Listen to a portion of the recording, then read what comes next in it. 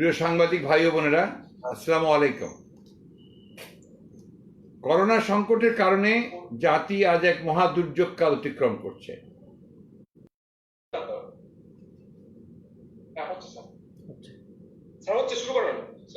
শুরু তো করলাম। বিসমিল্লাহির রহমানির রহিম। প্রিয় সাংবাদিক ভাই ও বোনেরা, আসসালামু আলাইকুম। করোনা সংকটের কারণে জাতি আজ এক মহা দুর্যোগ কাল অতিক্রম করছে। মানুষের জীবন ও অর্থনীতিকে এই মহাসংকট থেকে উদ্ধারের জন্য যেখানে প্রয়োজন ছিল প্রথাগত গতানুগতিক বাজেট কাঠামো থেকে বেরিয়ে এসে একটি বিশেষ করোনা বাজেট, তা না করে 11 জুন জাতীয় সংসদে 2020-21 অর্থ বছরের জন্য 5,68,000 কোটি টাকার একটা গতানুগতিক অবাস্তবায়নযোগ্য বাজেট ঘোষণা করেছেন। এই বাজেট জাতিকে হতাশ করেছে। গত 9 জুন বাংলাদেশ জাতীয়তাবাদী দলের পক্ষে আমরা সুনির্দিষ্ট পুনরুদ্ধার পরিকল্পনা সমৃদ্ধ 3 বছরের একটি মধ্য মেয়াদী বাজেট রূপরেখা দিয়েছিলাম। অর্থমন্ত্রী আমাদের সুপারিশ ও দেশের অধিকাংশ শীর্ষ অর্থনীতিবিদদের অভিমতকে উপেক্ষা করে প্রত্যাশিত অসাধারণ বাজেটের স্থলে নিতান্তই একটি অত্যন্ত সাদামাটা গতানুগতিক একটি সাধারণ বাজেটের ঘোষণা দিলেন। অথচ সুযোগ ছিল, এবারকার এই বাজেটে একটা উত্তরণের সম্ভাবনা ছিল। এই বাজেট করোনা কাটিয়ে একটি টেকসই অর্থনৈতিক ভিত্তি গড়ে তোলার কোনো সুনির্দিষ্ট প্রস্তাব করতে পারেনি। স্বাস্থ্য, শিক্ষা, সামাজিক সুরক্ষা ও খাদ্য নিরাপত্তার জন্য প্রস্তাবিত বাজেটে প্রত্যাশিত অর্থ বরাদ্দ করা হয়নি। বাজেটে বর্তমানে বিপর্যস্ত অর্থনীতি পুনরুদ্ধারের লক্ষ্যে কার্যকর সুশাসন, স্বচ্ছতা নিশ্চিতকরণ এবং সর্বস্তরে জবাবদিহিতা প্রতিষ্ঠার কোনো বিকল্পই নেই। প্রিয় সাংবাদিক বন্ধুগণ, জাতি আশা করেছিল এবারের বাজেটে স্বাস্থ্য খাতকে সর্বোচ্চ প্রাধান্য দেওয়া হবে, কিন্তু সবাইকে হতাশ করে অর্থমন্ত্রী স্বাস্থ্য সেবা ও স্বাস্থ্য শিক্ষা পরিবার কল্যাণ বিভাগের জন্য চলতি অর্থ বছরের তুলনায় 3,515 কোটি টাকা বাড়িয়ে 29,274 কোটি টাকা বরাদ্দ দিলেন। এছাড়া করোনা মোকাবেলায় 10,000 কোটি টাকা বরাদ্দের প্রস্তাব করা হলেও স্বাস্থ্য খাতে বরাদ্দ দেওয়া হলো জিডিপির মাত্র 1.3%। অথচ স্বাস্থ্য খাতে আমরা জিডিপির 5% বরাদ্দের প্রস্তাব করেছিলাম। স্বাস্থ্য মন্ত্রণালয় এর চেয়ে অধিক অর্থ অ্যাবজর্ব করতে পারবে না এমন খোঁড়া যুক্তিতে স্বাস্থ্য খাতে অধিক বরাদ্দ দেওয়া হয়নি বলে বলা হয়েছে। স্বাস্থ্য মন্ত্রণালয়ের সক্ষমতা সৃষ্টি করে প্রয়োজনীয় অর্থ বরাদ্দ করাই ছিল প্রত্যাশিত। সবচেয়ে বড় কথা, বরাদ্দ যাই থাক না কেন, প্রয়োজন স্বচ্ছ দুর্নীতিমুক্ত ব্যবহার। সে বিষয়ে বাজেটে কোনো দিক নির্দেশনা নেই। বাজেটে স্বাস্থ্য খাতের উন্নয়নে প্রকৃত অর্থে কোনো গঠনমূলক ব্যবস্থা কিংবা সংস্কার প্রস্তাব নেওয়া হয়নি। এমনকি যেসব প্রকল্প নিয়ে অনেক সমালোচনা হয়েছে, সেসব প্রকল্পগুলোকেই সরকারের বিশেষ উদ্যোগ হিসেবে দেখানো হয়েছে। অথচ পরিবহন খাত ও বিদ্যুৎ খাত সহ এমন অনেক খাতে অনেক বেশি পরিমাণে বরাদ্দ দেওয়া হয়েছে যা এই মুহূর্তে প্রয়োজন ছিল না। সরকারি ভাষ্য মতে বর্তমানে বিদ্যুতের স্থাপিত ক্ষমতা 20,279 মেগাওয়াট। তাই এ সময় তোড়জোড় করে রূপপুর পারমাণবিক বিদ্যুৎ কেন্দ্রের জন্য বিপুল অর্থ বরাদ্দের কোনো দরকার ছিল বলে আমরা মনে করি না। 1200 মেগাওয়াট রূপপুর বিদ্যুৎ কেন্দ্রটি 1,13,000 কোটি টাকায় দেশের সবচেয়ে একক ব্যয়বহুল চাপযুক্ত জলচুক্তি প্রকল্প, যা রাশিয়ান এক কোম্পানি কর্তৃক বাস্তবায়িত হচ্ছে। এই প্রকল্পটির বাস্তবায়ন কিছু সময়ের জন্য পিছিয়ে দিয়ে ওই অর্থ স্বাস্থ্য খাত সহ কর্মসংস্থান, খাদ্য নিরাপত্তা খাতে ব্যয় করা যেত। তা করা হয়নি, কারণ রূপপুর কেন্দ্রের দুর্নীতির সুযোগ বন্ধ করতে চায়নি সরকার। প্রিয় সাংবাদিকবৃন্দ, প্রস্তাবিত বাজেটে করোনার ঝুঁকি মোকাবেলায় যে কাঠামো থাকা দরকার সেটি পরিপালিত হয়নি। বাজেটের আয় ও ব্যয়ের গ্রহণযোগ্যতা ও বিশ্বাসযোগ্যতা নিয়েও প্রশ্ন রয়েছে। বাজেটে কেবল সংখ্যার হিসাব মিলানো হয়েছে। বাজেটের রাজস্ব লক্ষ্যমাত্রা 3,82,011 কোটি টাকা ধরা হয়েছে। তার মধ্যে এনবিআরকেই আয় করতে হবে 3,30,000 কোটি টাকা, অর্থাৎ 50% অধিক প্রবৃদ্ধি, যা বাস্তবতা বিবর্জিত। এনবিআর এর অর্থ আহরণ করতে ব্যর্থ হবে এবং তাতে বাজেট ঘাটতির পরিমাণ আরো বেড়ে যাবে। ব্যাংকগুলোর পক্ষে প্রস্তাবিত ডেফিসিট ফাইন্যান্সিং এর 25,000 কোটি টাকা যোগান দেওয়া সম্ভব হবে না। এনবিআর এর পক্ষে এত বিপুল রাজস্ব আহরণের ব্যর্থতা ও ব্যাংকগুলোর পক্ষে ঘাটতি অর্থায়নে অক্ষমতার কারণে বাজেট মুখ থুবড়ে পড়তে বাধ্য। প্রিয় সাংবাদিক বন্ধুগণ, বাজেটে ব্যাংকিং খাত সহ অর্থনীতিকে পুনরুদ্ধারের কোনো সুনির্দিষ্ট সংস্কার প্রস্তাব নেই, বরং শীর্ষ ঋণ খেলাপিদের ঋণ পরিশোধে আরো সময় বৃদ্ধি করার সুযোগ দেওয়া হয়েছে। এটা তো কোনো সংস্কার নয়, যা ব্যাংকিং খাতকে আরো সংকটের দিকে ঠেলে দেবে, আর্থিক শৃঙ্খলা আরো ভেঙে পড়বে। সরকার বলছে চলতি অর্থ বছরে জিডিপি প্রবৃদ্ধি হবে 5%। সম্প্রতি বিশ্বব্যাংকের গ্লোবাল ইকোনমিক প্রসপেক্টাস 2020 শিরোনামের প্রতিবেদনে উল্লেখ করা হয়েছে যে চলতি বছরে প্রবৃদ্ধি 1.6% নেমে আসবে এবং 20-21 বছর অর্থাৎ 2020 এবং 21 বছরে তা হবে মাত্র 1%। অর্থমন্ত্রী এই বাজেটে জিডিপি প্রবৃদ্ধির হার নির্ধারণ করেছেন 8.2। আমদানি, রপ্তানি, বিনিয়োগ, কর্মসংস্থান ইত্যাদি ম্যাক্রো ইকোনমিক ইন্ডিকেটরগুলো যখন আলোচনা করলেই স্পষ্ট যে 8.2 প্রবৃদ্ধি অর্জন নিতান্তই কল্পনাপ্রসূত। বিনিয়োগ দরকার 32-34%, যা কঠিন এবং অসম্ভব। জিডিপি ও রাজস্ব আহরণে প্রবৃদ্ধির যে লক্ষ্যমাত্রা নির্ধারণ করা হয়েছে তা দৃশ্যমানভাবেই প্রতারণার শামিল। এই বাজেটে করোনাকালীন সময়ে মানবেতর জীবনযাপন করছে, দিন আনে দিন খায় এ শ্রেণীর মানুষের জন্য এই বেকারত্ব মোকাবেলার কোনো গঠনমূলক ব্যবস্থা নেওয়া হয়নি। বাজেটের সীমিত আয়ের বৃহৎ দরিদ্র জনগোষ্ঠীর স্বার্থকে উপেক্ষা করা হয়েছে। করোনায় সাধারণ মানুষের আয় ঝুঁকি বাড়লেও সামাজিক নিরাপত্তা ও কল্যাণে বরাদ্দ আগের অর্থ বছরের তুলনায় কমেছে 0.2%, যা মোট বাজেটের 4.7%। চলতি বাজেটে ছিল তা 4.9%। পল্লী সমাজসেবা কার্যক্রমের জন্য প্রণোদনা প্রদান করা হবে মাত্র 100 কোটি টাকা, যা নিতান্তই অপ্রতুল। বাজেটে কিছু প্রণোদনার কথা উল্লেখ করলেও ওইসব আর্থিক প্রণোদনা নিতান্তই ব্যাংক লোন। রুগ্ন ব্যাংকিং খাত এ অর্থ বহন করতে না পারলে প্রস্তাবিত আর্থিক প্রণোদনা মিলবে না। মিললেও সরকার দলীয় কিছু লোকজন এতে উপকৃত হবে। এজন্য দরকার ছিল বাংলাদেশ ব্যাংক অর্থাৎ রাষ্ট্রীয় কোষাগার থেকে বিশেষ তহবিলের যোগান দেয়া, কিন্তু তা করা হলো না। প্রিয় সাংবাদিকবৃন্দ, অর্থমন্ত্রী বিদেশে কর্মসংস্থান সৃষ্টির কথা বলেছেন, অথচ প্রবাসীদের ডেস্টিনেশন হিসেবে পরিচিত প্রতিটি দেশই করোনা আক্রান্ত হয়ে মন্দা কবলিত। তাছাড়া কর্মহীন প্রবাসীদের দেশে পুনর্বাসন আত্মনির্ভরশীল করে তোলার কোনো সুনির্দিষ্ট দিক নির্দেশনা নেই এই বাজেটে। বাজেটে পোশাক খাতের অস্থিরতা কাটানোর জন্য কোনো ব্যবস্থা নেওয়া হয়নি।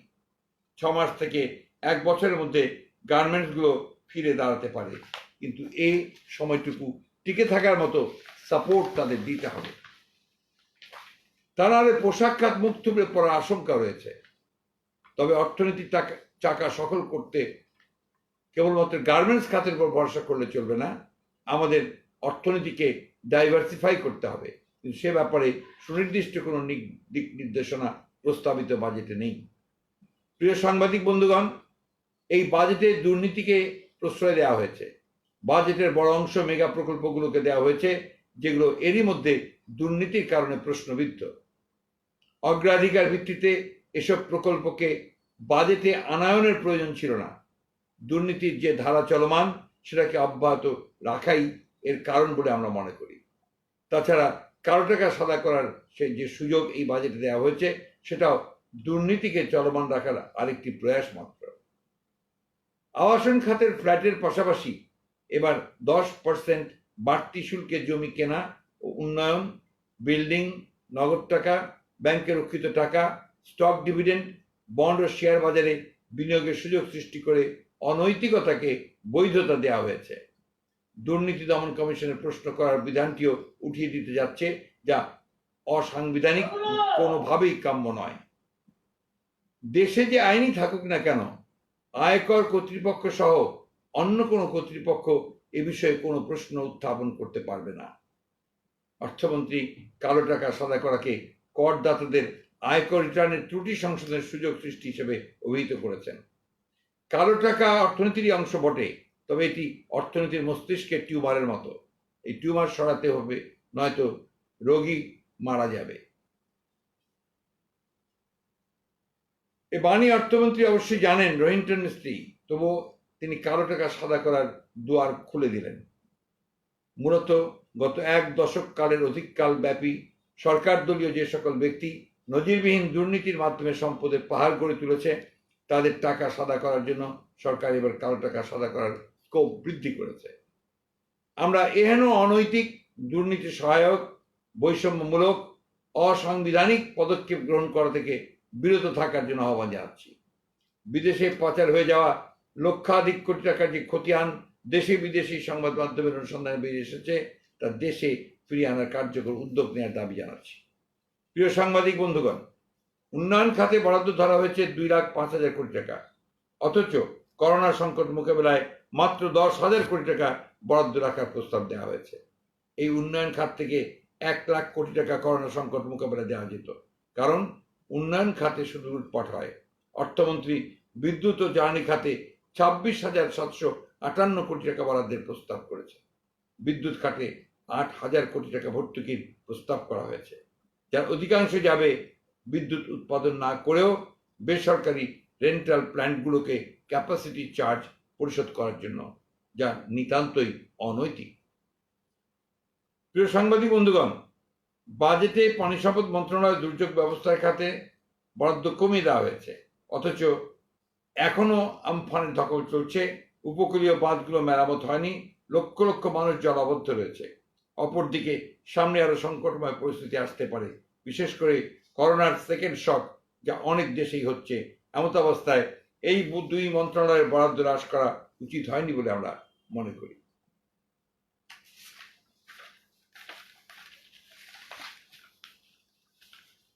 কৃষকদের উৎপাদনের উপকরণ যেমন বীজ, সার ইত্যাদির মূল্য হ্রাসের তেমন কিছুই বলা হয়নি, বরঞ্চ রাসায়নিক সারের মূল্য গত বছরের মূল্যই বহাল রাখা হয়েছে। কৃষকদের উৎপাদিত পণ্যের ন্যায্য মূল্য নিশ্চিত করা সহ কৃষি খাতকে যথাযথ গুরুত্বের সাথে মূল্যায়ন করা হয়নি। ক্ষুদ্র, মাঝারি ও কুটির শিল্পে প্রায় 2.5 কোটি মানুষ সম্পৃক্ত, এই খাতও যথাযথ গুরুত্ব পায়নি। এমনিতেই ব্যাংকে আমানত কমে গেছে। অর্থমন্ত্রী প্রস্তাব করেছেন, ব্যাংকে 10 লক্ষ টাকার উপরে রাখলেই 3,000 টাকা কর দিতে হবে, 1 কোটি টাকার উপরে থাকলে 15,000 টাকা ট্যাক্স দিতে হবে। এতে আমানত ক্ষতিগ্রস্ত হবে, কারণ আমানতকারীরা নিরুৎসাহিত হবেন। কর্মসংস্থান, কারিগরি শিক্ষা খাতে আরো গুরুত্ব দেওয়া দরকার ছিল। শস্য বীমার কথা দীর্ঘদিন ধরে বলা হচ্ছে, এই বাজেটে অন্তত বলা উচিত ছিল তারা এ ব্যাপারে কিছু করবেন কি করবেন না। বাজেটে হাতে তৈরি খাবার, গুঁড়ো দুধ, অনলাইন খাবার, অনলাইনে কেনাকাটা, মোবাইল ও ইন্টারনেট সেবা খরচ বাড়ানোর প্রস্তাব করা হয়েছে। মোবাইল ফোনের মাধ্যমে কেউ যদি 100 টাকার সেবা নিতে চান, তাহলে 75 টাকার সেবা নিতে পারবেন। 25 টাকা যাবে সরকারের পকেটে। মোবাইল সেবার ওপর কর প্রায় প্রতি বছরই বাড়ছে। করোনা সংকটকালে অবরোধ অবস্থায় আমরা দেখছি এসব সেবা কত প্রয়োজনীয়। এ সময় অনলাইনে বেচা কেনা, মোবাইল ও ইন্টারনেট সেবার উপর সম্পূরক শুল্ক আরো 5% বাড়ানো সঠিক হবে না। আমরা অনলাইন কেনাকাটা ও মোবাইল ইন্টারনেট সেবার বর্তমান ব্যয় বহাল রাখার আহ্বান জানাচ্ছি। বাজেটে স্বর্ণ আমদানিতে ভিএটি অব্যাহত দেওয়া হয়েছে। আমি আবার বলছি, বাজেটের স্বর্ণ আমদানিতে ভিএটি অব্যাহতি দেওয়া হয়েছে। এতে স্বর্ণের দাম কমবে। স্বর্ণের দাম হ্রাসের এ প্রস্তাবে জুয়েলারি দোকানের লবি ও বিত্ত ভান্ডারী লাভবান হবে। সাধারণ মানুষ এবং মধ্যবিত্তদের যারা সংকটকালে স্বর্ণালংকার বিক্রি করে দিতে বাধ্য হবেন, তারা ক্ষতিগ্রস্ত হবেন। 30শে জুনের মধ্যে গ্যাস ও বিদ্যুতের বিল পরিশোধ না করলে সংযোগ বিচ্ছিন্ন করা হবে বলে বিজ্ঞপ্তি জারি করা হয়েছে। এই সংকটকালে এই নিষ্ঠুর সিদ্ধান্ত থেকে সরে আসার আহ্বান জানাচ্ছি। এছাড়া সারা দেশে এনজিও গুলো ক্ষুদ্র ঋণ গ্রহীতাদের 30 জুনের মধ্যে ঋণের কিস্তি পরিশোধের সময় সীমা বেঁধে দেওয়া হয়েছে। করোনাকালে সংকটে নিপতিত গরিব ঋণ গ্রহীতারা এতে আরো বিপদগ্রস্ত হবে। ক্ষুদ্র ঋণ গ্রহীতাদের কিস্তি পরিশোধের সময়সীমা বৃদ্ধি করার আহ্বান জানাচ্ছি। আমরা এর আগে প্রস্তাব করেছিলাম, আমাদের যে প্রস্তাবনা দিয়েছিলাম তার মধ্যে বলেছিলাম যে আয়কর অ্যাডভান্স ইনকাম ট্যাক্স পেমেন্ট যেটা, এটাকে স্থগিত করে সঠিক সময় বা তারও কিছুদিন সময় দেওয়া দিলে ভালো হতো, কিন্তু সেটা আবার বিজ্ঞপ্তি দেওয়া হয়েছে যে 30 জুনের মধ্যেই অ্যাডভান্স ইনকাম ট্যাক্স পে করতে হবে। প্রিয় সাংবাদিকবৃন্দ, অর্থনৈতিক উন্নয়ন ভবিষ্যৎ পথ পরিক্রমা শিরোনামের এই বাজেট প্রকৃত অর্থে একটি অন্তঃসারশূন্য কল্পনাপ্রসূত কথার ফুলঝুরি ছাড়ার কিছুই নয়। এই বাজেট মানুষের আশা পূরণ করতে পারেনি, শুধু নয় এই বাজেট মানুষকে আরো কষ্টে ফেলবে। এই বাজেট জনবান্ধব হয়নি। বর্তমান সরকারের কাছ থেকে অবশ্য এর বেশি আশা করেও লাভ নেই, কারণ জনগণের কাছে এদের কোনো জবাবদিহিতা নেই এবং জনগণের কোনো ম্যান্ডেটও এদের কাছে নেই। আল্লাহ হাফেজ। বাংলাদেশ জিন্দাবাদ। হ্যাঁ হ্যাঁ, নিশ্চয়ই নিশ্চয়ই। জি, মাননীয় মহাসচিব, আসসালামু আলাইকুম। ওয়ালাইকুম আসসালাম। আমি আমাদের সময়.com থেকে টিটু বলছিলাম। মাননীয় মহাসচিব, জি বলেন। আপনি ভালো আছেন? আছি আলহামদুলিল্লাহ। মাননীয় মহাসচিব, আপনি যে বাজেট যে ভাবনাটা উপস্থাপন করলেন, সরি প্রতিক্রিয়াটা উপস্থাপন, না আমরা তো বাজেট ভাবনা একটা দিয়েছিলাম আপনাদের, সরি বাজেট ভাবনা দিয়েছিলাম। প্রতিক্রিয়া যেটা দিয়েছেন এটা আপনাকে ধন্যবাদ। পাশাপাশি আমি একটি বিষয়ে আপনার দৃষ্টি আকর্ষণ করতে চাই মাননীয় মহাসচিব, সেটি হচ্ছে আজকে সকালে আপনি নিশ্চয়ই জেনেছেন যে ওবায়দুল কাদের সাহেব সংবাদ সম্মেলন করেছেন এবং উনি ওই সংবাদ সম্মেলনে এটাকে সরকারের সময়োচিত সাহসী চিন্তার ফসল বলে দাবি করেছেন, এক। আর 2 নম্বর হচ্ছে যে এই বাজেটে ব্যাপকতা ও সম্ভাবনা অনুধাবন করা সম্ভব নয় বিএনপি পক্ষে। মাননীয় মহাসচিব, আসলে আপনি এখন যে কথাগুলো বললেন সেই কথার সাথে ওবায়দুল কাদের কথার কতটুকু যুক্তি আছে আপনি মনে করেন? না, আমাদের কথা তো আপনার শুধু, এটা তো আমাদের পার্টির কথা নয়। এই কথাগুলো তো আজকে বাংলাদেশের যারা বিশিষ্ট অর্থনীতিবিদ আছেন এবং যারা বিভিন্ন সময় অর্থনীতির মন্ত্রণালয় চালিয়েছেন, তারা সবাই কিন্তু এক বাক্যেই কথা বলছেন যে এই বাজেটটা এখন এই করোনা পরিস্থিতি মোকাবেলা করার জন্য একেবারেই উপযোগী হয়নি। আসলে এটা কি ছিল, আপৎকালীন বাজেট করা উচিত ছিল। এখন তো আপনার এই যে সামনের দিকে আরো ভয়ঙ্কর অবস্থা আসছে, ম্যাক্রো ইকোনমিক্সের অবস্থা কি হবে একমাত্র সেটা যারা ভুক্তভোগী তারাই বলতে পারবেন, অর্থাৎ সমগ্র দেশের মানুষ সেটা বলতে পারবে। দুর্ভাগ্যজনকভাবে সরকার এটা উপলব্ধি করতে পারেননি। তারা তাদের সেই চিরায়ত গতানুগতিক, এবং লক্ষ্য তো একটা, সে লক্ষ্য হচ্ছে যে কি করে আপনার সেখান থেকে কিছু টাকা পয়সা বানানো যায়। Sorry to say that, but that has been being done in this country. এটাই করা হচ্ছে। আপনি স্বাস্থ্য খাতের অবস্থা দেখেছেন, কিভাবে স্বাস্থ্য খাত একেবারে ভেঙে পড়েছে, ভঙ্গুর হয়ে গেছে, মানুষ কোথাও কোনো রকম চিকিৎসা পাচ্ছে না। এবং দেখুন আজকে বলা যেতে পারে যে আল্লাহর উপরে সব ছেড়ে দেওয়া হয়েছে। যাচ্ছে ঠেলা গাড়িতে করে রোগী নিয়ে যায়, ভর্তি হতে পারে না, সেখান থেকে মৃতদেহ নিয়ে আবার বাসায় আসছে, এসে আবার সেখানে আপনার সে দাফনও করতে পারে না, কারণ সেটা আবার অনেক সমস্যার ব্যাপার। এই যে সরকারের ভুল সিদ্ধান্ত, সরকারের আপনার একটা মানে অহংকার, সরকারের দাম্ভিকতা, এবং তারা নিজেরাই সবকিছু করতে পারবে, এই যে তাদের একটা ধারণা, এই ধারণায় নিয়ে এসে বাংলাদেশকে ফেলেছে। আমরা প্রথম থেকেই বলছি যে এই সরকারের কোনো জবাবদিহিতা নেই, কারণ দে আর নট ইলেক্টেড, এবং ইলেক্টেড নয় বলেই কিন্তু আজকে অবস্থাটা হয়েছে। একটা জিনিস আমাদেরকে সবসময় মনে রাখতে হবে যে গণতান্ত্রিক ব্যবস্থা ছাড়া কিন্তু কখনোই এই ধরনের যে ক্রাইসিস, সেই ক্রাইসিসগুলো মোকাবেলা করা সম্ভব নয়। একমাত্র ইনস্টিটিউশন বিল্ড আপ করে যদি আপনি প্রতিষ্ঠানগুলোকে তৈরি করতে পারেন, গণতান্ত্রিক প্রতিষ্ঠান তৈরি করতে পারেন, এবং আমাদের সরকারের যে স্বাস্থ্য বলুন, শিক্ষা বলুন, অন্যান্য যে প্রতিষ্ঠানগুলো আছে সেগুলো যদি আপনি তৈরি করতে পারেন একটা প্রাতিষ্ঠানিকভাবে, তাহলে কিন্তু সেটা একটা স্থায়ী ভিত্তি পেতে পারে। তা না হলে কিন্তু এখানে স্থায়ী ভিত্তি পাওয়া সম্ভব নয়, যে কারণেই ওটা ভেঙে পড়ার মতো হচ্ছে, তাসের ঘরের মতো ভেঙে পড়ছে সবকিছু। মাননীয় মহাসচিব, জি। মাই টিভি থেকে মাহবুব শহীদ বলছি। জি জি বলুন। জি, আপনি ভালো আছেন? আছি ভালো। মাননীয় মহাসচিব, আমি জানতে চাচ্ছি সেটি হচ্ছে যে বাজেট, প্রস্তাবিত বাজেটে অর্থমন্ত্রী বলেছেন যে এটি যেহেতু করোনা পরিস্থিতির কারণে ওনারা সম্ভাব্য সবকিছু ঠিক একটা বিষয় বলেছেন তারা। পাশাপাশি এখন যে করোনা মহামারী, এই অবস্থায় আসলে স্বাস্থ্য খাতে যতটুকু বরাদ্দ দেওয়া হয়েছে, এই বরাদ্দটা ঠিক আছে কিনা কি আমি বলবেন? বলেছি তো একেবারেই ঠিক নেই। আমরা কিন্তু আমাদের বক্তব্যের মধ্যেই এটা বলেছি। আমরা শুধু নয়, আপনার যারা চিকিৎসক আছেন, যারা আপনার স্বাস্থ্য বিশেষজ্ঞ আছেন, সবাই বলছেন যে এটা অনেক বেশি হওয়া উচিত ছিল। আপনি দেখুন, একটা সারা দেশে একটা আইসিইউ সমন্বিত একটি অ্যাম্বুলেন্স নাই, নট এ সিঙ্গেল ওয়ান। যে আইসিইউ রাখা আছে একটি নেই। জেলাগুলোতে আপনি কোথাও আইসিইউ পাবেন না খুঁজে। ঢাকা শহরের মধ্যে সরকারি হাসপাতালগুলো যেগুলো আছে, যেগুলোকে আপনার কোভিডের জন্য আপনার চিহ্নিত করা হয়েছে, সেখানেও কিন্তু পর্যাপ্ত আইসিইউ নেই, এবং মানুষ কিন্তু অক্সিজেন সিলিন্ডার তার জন্য হাহাকার করছে। আপনার যেভাবে এটাকে ছড়িয়ে দিয়েছে সরকারের ভুল সিদ্ধান্তের কারণে, সেইভাবে এখন তো আপনি এটাকে সামাল দেওয়াই মুশকিল হয়ে গেছে।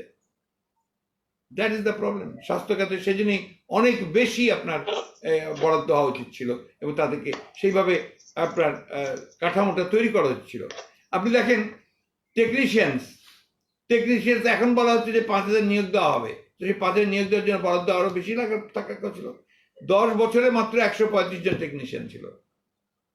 এই তো সরকারের সাফল্য এখানেই। মাননীয় মহাসচিব, আমার একটা প্রশ্ন আছে। জি বলেন। মাননীয় মহাসচিব, আমি একটু বলতে চাচ্ছি যে 2,05,000 কোটি টাকা উন্নয়ন বরাদ্দ ধরা হয়েছে।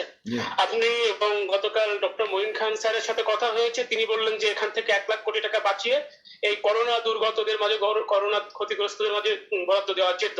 তো আপনারা ওখান থেকে এখানে আনার পরামর্শ বা প্রস্তাব দিচ্ছেন, কেন বলছেন না যে ওটা ওখানেই থাক, এখানে বরাদ্দটা বাড়ানো হোক? না, আমরা মনে করি যে আপনার সরকারের রেভিনিউ আর্নিং এর কথাটা আমরা বলেছি আপনাকে। টাকাটা আসবে কোত্থেকে? আমরা যে সরকার যেভাবে বলছে যে টাকা আসবে, সে টাকা তো সেভাবে আসবে না, সেটা আমরা বলেছি। 50% অধিক প্রবৃদ্ধি হতে হবে আপনার রেভিনিউতে, যে যে বাজেট দেওয়া হয়েছে। সুতরাং ওইটা বলতে না, এটা অবাস্তব হবে। আর টাকা কোত্থেকে বাড়াবে? এই জন্যই আমরা বলছি যে এই মেগা প্রজেক্টগুলোতে যেগুলো শুধু দুর্নীতি হচ্ছে, সেগুলোকে আপনার বরাদ্দ কমিয়ে দিয়ে অথবা ডিলে করে আপনি ইজিলি এটাকে নিতে পারতেন এই খাতে। এবং যে বলা, আমরা যেটা বললাম এখন কিছুক্ষণ আগে, যে রূপপুর আণবিক প্রজেক্টে, এখন রূপপুর আণবিক প্রজেক্টটা কি খুব বেশি এসেন্সিয়াল হয়ে পড়েছে? একদিকে এমনিতেই আপনার বিদ্যুৎ উদ্বৃত্ত হয়ে বলছেন আপনারা, বিদ্যুৎ উদ্বৃত্ত হয়ে গেলে রূপপুর আণবিক প্রজেক্টের দরকার কি? একমাত্র দরকার যে ওইখান থেকে যে বাড়তি টাকাটা আসবে, যে কমিশনটা আসবে, সেটা যা ব্যক্তি বিশেষের পকেটে চলে যাবে। That's the reason. মাননীয় মহাসচিব, জি, এই সরকার তো ইলেক্টেড না, আপনারা জানেন নির্বাচনটা কেমন হয়েছে, সেটিও জানে, মানুষও জানে। তো করোনা দুর্যোগটিকে অনেকটা বিশেষজ্ঞরা বলছেন যে এই দুর্যোগের মাধ্যমে সরকারের যে অন্যায় এবং যে অপরাধগুলো ছিল, এবং রাজনীতিবিদরা এবং সরকার মানুষের পাশে দাঁড়ানোর একটি সুযোগ তৈরি করতে পারতো, এবং মানুষ তাদেরকে কিছুটা হলেও ক্ষমা করতে পারতো। আপনি কি মনে করেন সরকার এই দুর্যোগ থেকে শিক্ষা নেবে? না, নেয়নি তো। সরকার তো এই দুর্যোগ থেকে শিক্ষা নেয়নি। শিক্ষা নিলে আজকে সরকার একটা জনগণের কিভাবে সেবা করা যায়, সামাজিক নিরাপত্তা কিভাবে বৃদ্ধি করা যায়, দিন আনে দিন খায় যে মানুষগুলো আছে তাদেরকে কিভাবে আপনার খাওয়ানো যায়, সামাজিক নিরাপত্তা বৃদ্ধি করা যায়, সেই দিকে তারা নজর দিতেন। আমরা তো ভেবেছিলাম যে এবারকার বাজেটটা আসবে ওইটাকেই কেন্দ্র করে, জীবন এবং আপনার জীবিকা, এই দুটোকে কেন্দ্র করেই আসবে। দুর্ভাগ্যজনকভাবে দেখা যাচ্ছে যে তারা তাদের সেই যে একটা ইগো আছে, যে আমাদের 8% হতে হবে, আপনার 8% ওপরে হতে হবে প্রবৃদ্ধি, ওইখানে তারা নিয়ে গেছে। অথচ ইন্টারন্যাশনাল অর্গানাইজেশনগুলো বলছে যে এটা 1 থেকে 1.6 এর বেশি উঠতে পারবে না, এর বেশি ওঠা সম্ভব হবে না। মাননীয় মহাসচিব, জি বলেন। জি, আওয়ামী লীগ সাধারণ সম্পাদক যে কথাটি বলেছিলেন যে বাজেটের ব্যাপকতা বোঝার মতো সক্ষমতা বিএনপির নেই, এই সময়ে যে বাজেট দেওয়া উচিত উদ্ভাবন করতেই পারেনি সরকার। তো আমরা দুই পক্ষের বক্তব্যই শুনলাম, কিন্তু একটি বিষয় যেটি বলছেন যে এই বাজেট বাস্তবায়নযোগ্য নয়, সেটি কেন বলছেন? এই জন্য বলছি যে তারা যে বাজেট অর্থ কি, আপনাকে আয় আর ব্যয় দেখাতে হবে, তাই না? তো আয় দেখাচ্ছেন আপনি যে 50% আয় করবেন আপনি রেভিনিউ খাতে ট্যাক্সের মাধ্যমে। এটা তো প্রত্যেকবার আপনি ওই যদি দেখেন, if you see the survey, revenue থেকে কখনো সেটা আসে না, ডেফিসিট হয়ে যায়। তো সেটাকে থেকে পারবে। তারপরে বলছে যে আপনার বিদেশি আপনার সাহায্য থেকে আসবে, এগুলো তো আপনার শুধুমাত্র অনেক চিন্তা মাত্র। আর রেমিটেন্স তো অনেক কমে যাচ্ছে, আপনার রেমিটেন্স কমে যাচ্ছে, কারণ অলরেডি 10 লক্ষ লোক ফিরে আসবে বলা হচ্ছে আপনার বিভিন্ন জায়গা থেকে। ব্যাংকে টাকা আমানত রাখার ক্ষেত্রে যে ট্যাক্সটা ধরা হয়েছে, সেটাতে ব্যাংকিং খাতগুলো ধ্বংস হয়ে যাবে। একেবারেই নষ্ট হবে আপনার, এই জন্যে যে আপনার যদি সেভিংস না থাকে তাতে ব্যাংকের আপনার ঋণ দেওয়ার ক্ষমতা কমে যাবে, সেই ব্যাংকগুলো ক্ষতিগ্রস্ত হবে স্বাভাবিকভাবেই। এতে অর্থনীতির স্বাভাবিক নিয়ম এটা। আজকে আওয়ামী লীগের সাধারণ সম্পাদক ওবায়দুল কাদের বলছেন যে বিএনপি যেখানে 50,000 কোটি টাকা বাজেট দিয়েছিল, সেখানে আমরা 7 কোটি বা 42,000 কোটি টাকা বাজেট দিয়েছি। আসলে এই কথাটা এটা একদম আপনার এই ধরনের, এটা হচ্ছে আপনার ওই বালখিল্য কথাবার্তা। তার আগে আওয়ামী লীগ যখন গভর্নমেন্ট ছিল তারা কত দিয়েছিল, তাই না? এটা তো সময়ের সঙ্গে সঙ্গে আপনার এক্সপানশন, তার বাড়ানো এগুলো হয়। এটা তার বিএনপি পারে বলেই তো বিএনপি আমরা অলরেডি একটা বাজেট দিয়েছিলাম, তো একটা বাজেট অলরেডি দিয়েছিলাম যে এই বাজেটটা ফলো করলে তো আমরা তারও আগে আমরা প্যাকেজ দিয়েছিলাম যে কিভাবে ওভারকাম করা যাবে এই করোনা পরবর্তী সময়টাকে, কিভাবে পার করা যাবে, স্বল্পমেয়াদী, মধ্যমেয়াদী, দীর্ঘমেয়াদী। কিন্তু সরকার তো সেদিকে লক্ষ্য নেই। সরকারের লক্ষ্য তো একটাই, সেটা হচ্ছে যে কি করে আপনার এখান থেকে তারা তাদের লোকগুলোকে তুষ্ট করবে, তাদের পকেট ভারী করবে। That's their motive. জি প্লিজ বলেন। স্যার, আমি সময় টিভি থেকে সালামিন বলছিলাম। শুনতে পাচ্ছেন স্যার? জি আমি পাচ্ছি, জি প্লিজ। স্যার, প্রশ্নটা হচ্ছে যে আপনি একটা কথা বলেছেন স্যার, শুরুতেই বলেছিলেন যে এই বাজেটটি একটি সাদামাটা একটি বাজেট। সাদামাটা শুধু নয়, এটা আপনার একেবারেই আপনার এটা এখন যেটা প্রয়োজন, এই মুহূর্তে যেটা প্রয়োজন জাতির জন্য, মানুষের জন্য, মানুষগুলো বেঁচে থাকার জন্য,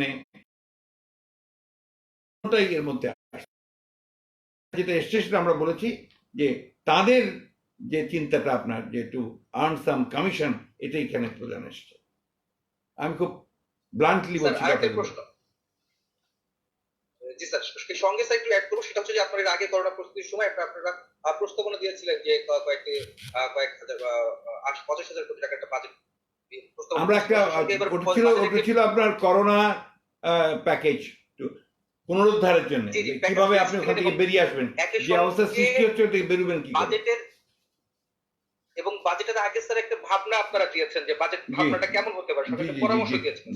কিন্তু আমরা দেখেছি যে জি স্যার, কোনো বাড়ি সরকার বা আপনাদের দাবি আর কি, যেটা কোনো বাড়ি সরকার সেগুলি মানেন না বা সে পরামর্শগুলি গ্রহণ করেন না। তারা বলে থাকে যে বিরোধী দল শুধু বিরোধিতা করার জন্যই বিরোধিতা করে। ব্যাপারটা কি এরকমই না? সরকার কেনই বা সমস্যা হচ্ছে যে এখন একটা মৌলিক প্রশ্ন এসে যাবে যে এই সরকার আসলে বিরোধী দলে বিশ্বাস করে কিনা, এই সরকার আসলেই আপনার জনগণের অধিকারে বিশ্বাস করে কিনা, এবং এই দেশের মালিক যে জনগণ, সেটাই কনসেপ্টে তারা বিশ্বাস করে কিনা। যদি করতো তাহলে তো আপনার ইলেকশনও ঠিক ওইভাবে করতো, যে আপনার সঠিক ইলেকশন, একটা ফেয়ার ইলেকশন হতো। যদি করতো তাহলে জনগণের ইচ্ছাগুলোকে তারা সম্মান প্রদর্শন করতো।